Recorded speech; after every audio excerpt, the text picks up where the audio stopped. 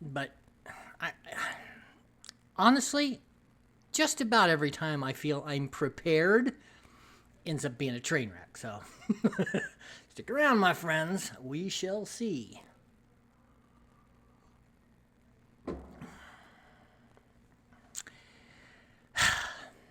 I guess I can take this off. Yep, I think it's gonna stay. Hello, Cindy. Hello, Robert.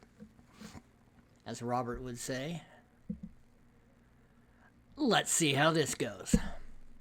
I just saw your really wonderful picture of the two horses, Robert. It's fantastic. I'm looking forward to checking that out a little further. All right, a minute. I need my coffee. I'm glad I decided to go ahead and drink coffee during this show because it makes me feel better. Small group tonight. Interesting. I thought with all the interesting pre-press that I might get a little bit more run, but I guess we'll just have to see, won't we? There's homework tonight, by the way. Maybe that scared them off. Maybe they knew. I'm trouble seeing with my eyes here. Hello, Candy. How are you? All of my family are fine. Oh, I should probably put that in there here. So, thanks for reminding me.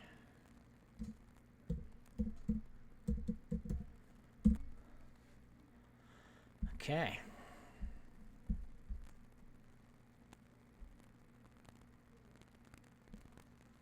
Let's just go here. Well, hello, everybody. David Arday here, Heard Over Coffee. Tonight, we're gonna talk about sharing your limelight, why it's important.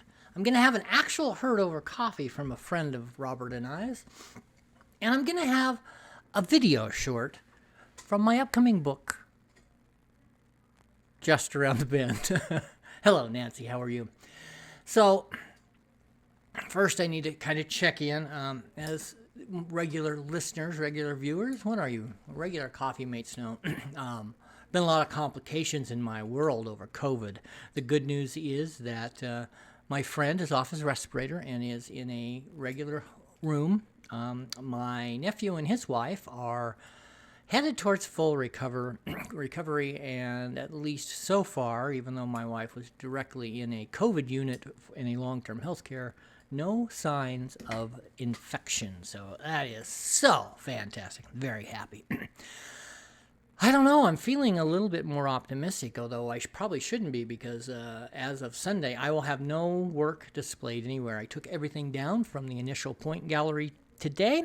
I did pick up my ex sister-in-law's print, and I will have it for you on Sunday. I'm really excited to be able to give it to you. It looks fantastic. I forgot how good it looked until I took it down. Really excited about that. So let's talk about sharing your limelight. It's really easy if you get to a point where you're doing well, or even if you're not, or if you have a secret knowledge, you know something that nobody else does. It is really, really easy to hold all that in and say, this is mine, I'm powerful. But it doesn't work like that. The best thing you can do is share your limelight. I kind of do it naturally. It's something I like to do. I like to teach. I very much like to mentor. I'm not saying this because, I'm better than the next guy, but my friend Alan Giltso is on here. He's another one of those guys who likes to share what he does. He teaches. He goes to Bend. Probably didn't go this year, but he often goes to Bend and teaches his amazing pottery skills. It's also a great way because if you'll share, then people share back. So let's talk about sharing your limelight, putting your spotlight and shifting it over and showing somebody else's. One of the reasons why I do this show is because I really, really love to highlight. I've talked often about my friends who have done something correctly in the COVID world. I actually just talked about how wonderful a piece of Robert's is. I think maybe I need to do a little bit more of that. I need to bring some of my friends' work and show it during the show, and I'm going to work on that. But it's so easy to think that knowledge is power, and that power is something you need to hold within yourself. But if you do that, then you don't get the opportunity to hear what other people say. I did some research in terms of creativity, groups that are more diverse. Instead of everybody being the same, having the same information, are far more creative. They get more done, more patents, for instance. So if you'll share and bring the spotlight on to other people instead of just showing it on yourself, like our good friend Miss Piggy telling us all about moi, we certainly know how that turned out for her. She never did marry Kermit. Still, 30 years later. So if you're the only one that knows it, it's not, and you assume that you're the only one who knows it. Frankly, you probably don't. We have this Google machine that will tell us anything. So collaboration is the key to learning. So much good comes from sharing what you know with others. I have a friend who has a company, and one of his slogans is "Share what you know." Very, very good advice. Sharing is not hoarding power. Sharing is about shining your own glow and shifting it and helping others, because we all are really good at one thing or two things or some things. If you can share that and help others learn it, you will be far, far better off, sir. And so shine on, you crazy diamonds. It's about being transparent. It's about collaboration and not competition. It's telling others stories, telling their triumphs. And don't forget, there's homework coming up based on this story. So, how do you do that? Pretty easy. Ask them what's up. What are you doing? What are you working on? What are you doing that's really cool? Find out what that is, and then reinforce what they're doing. And then if you can, say, ooh, I know somebody who's doing something similar, and you should talk to them. Or send them an instant message. Facebook makes it really easy. You hit that like button. But honestly, one like is not it doesn't really do much good. So if you really see some work that you like, hit that share button. Even more, if you really, really like it, I posted a show from Jimmy Fallon of Alanis Morissette today, and I don't do that. I don't share other people's work very often, and one of the reasons why I'm doing this, I need to do more of it. Alanis Morissette wrote a song about her kids, and her daughter was with her. And the daughter kept interrupting her, but it was so adorable. So do that. Find something that you can share, something that you can talk about with others. Bring that up. Send them a link. Enough of the serious portion of the show. Now, Robert and I are lucky enough that we meet most Sundays. I'm not going to mention the person specifically, but she's just a sweetheart. She's a firecracker. She's in her 80s, and she really, really gets going. She occasionally, when we're on the right side of the world, she brings some of her amazing baked goods. But she hasn't for the last couple of days, and I asked her, and this is what she told me. I don't fire up my oven for just anyone. I should probably explain a little bit about what Heard Over Coffee, what the original premise is. I've been really lucky. I generally most days I get to hang out in a coffee shop, kind of what I do. And I listen to all these great stories, and I've picked up little tidbits along the line, and that's why I call this Heard Over Coffee, because when we first started this all these months ago, I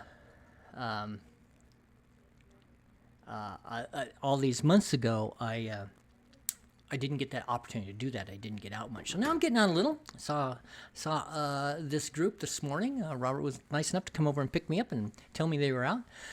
I'm going to pause here because I want to show this here. Look at all the stuff Nancy's doing. Nancy McIntosh is a Wonder Woman, as it says on her mask. She's been a friend of mine for a long time, an amazing artist, a wonderful musician. Lives in the Oregon coast area, and boy, look at that. How fun is that? Ooh, throwing out old pictures. Man, I have a hard time doing that, Nancy. I commend you for that. That's exactly what I'm talking about. doing something for others, doing something for ourselves, shining that light on ourselves. So, as I said, Heard Over Coffee is something, and when you think about that, when you think about this nice lady who doesn't fire up her oven for just anyone, I'm not sure she meant it quite the way I took it, but, it's Heard Over Coffee. All right. Homework. Let's talk about your homework. So we do these on Fridays and come back on Tuesdays. What I would like you to do is to come up with something that you're personally really, really proud of, and I will share it on the show on Tuesday. Doesn't have to be big. It can be little. It can be something as simple as a bathroom remodel. But I want to do, on Tuesdays, I want to do a new feature, and I want to call it Toot Your Horn Tuesday. If you don't want to toot your own horn, if you know somebody that's doing something really well and you would like me to share that, it can be a business, it can be an artist, it can be a musician, it can be somebody like my friend David Wren who called his mom. It can be something as simple as that. I think it's really important that, especially as things get crazy and we move farther and farther away from being social in person and more of this online, that we can toot each other's horns, that we can do that. So I'm going to focus on Tuesdays on tooting other people's horns. I talk enough about my stuff. I got a gallery here and all that. Enough about me. I want to share more about what you guys are doing. So what do you think, folks? Can you do that for me? You can send it to me. You can send it to me as an instant message or as an email, or send it to me here on Facebook. I don't really care. If you want to do it anonymously and you don't want to take credit for somebody else's or whatever, that's fine. But send me a few. Let's see if we can turn Toot Your Horn Tuesday into something kind of fun. All right, I got to admit I'm a little nervous. I have coming up here something from my book. Lots of you know. Some of you have been with me. A couple of you have been with me. I'm doing a book, and it's called Just Around the Bend, and I've really struggled with it. It's been way harder to write than I thought it would be, and I'm still kind of chunking along at it. And what I've done is I've taken the stories, and I've added some visuals. I've been learning a new software called DaVinci, and this is called A Sailor's Tale. See if it works. Thank you, everybody. David Day. Call this a Heard Over Coffee. This Sailor's Tale will be up on YouTube. In fact, it probably is already there. And of course, if you like what you hear, subscribe, share it, whatever works for you. I appreciate you all. You keep me sane. Well, as sane as I can be. This is A Sailor's Tale.